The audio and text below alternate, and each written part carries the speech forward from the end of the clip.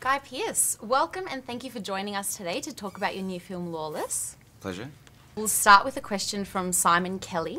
How much research did you do to learn about your character and what sort of preparation did you do to play him? It was funny on this film because it's based on a book, The Wettest County in the World. Obviously, most of the characters in the film are from the book, but my character of Charlie Rakes exists in the book, but he's actually a local. He's very different to the character that's written in the film. So I had this real question about how much I would indulge in the book, and I really limited it. It was really just, reading some material that John Hillcoat supplied about the period.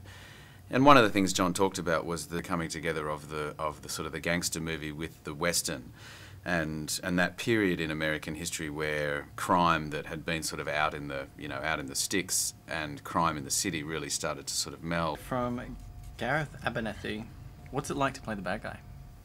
Oh, it's always fun to play a bad guy. It can be really interesting as well, playing a character who is an antagonist, because you've got to constantly find the justification in what it is that you're doing and maintain a sense of reality and belief in that. And we have another question from Maddie Patterson.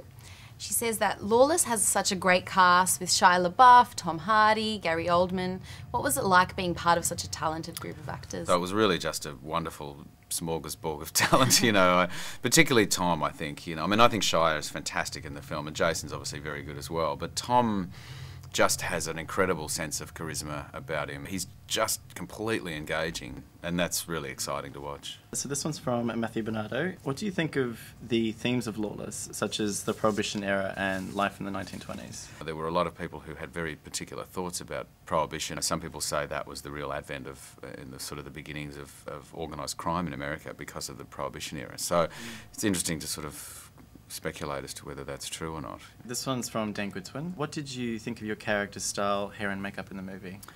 Well, I pretty much came up with the hairstyle for the character in the movie, so I think it's pretty good. We had a lot of discussions and looked at a lot of photographs from that period, and it was important to have that character look kind of odd and freaky when he arrived in that country town.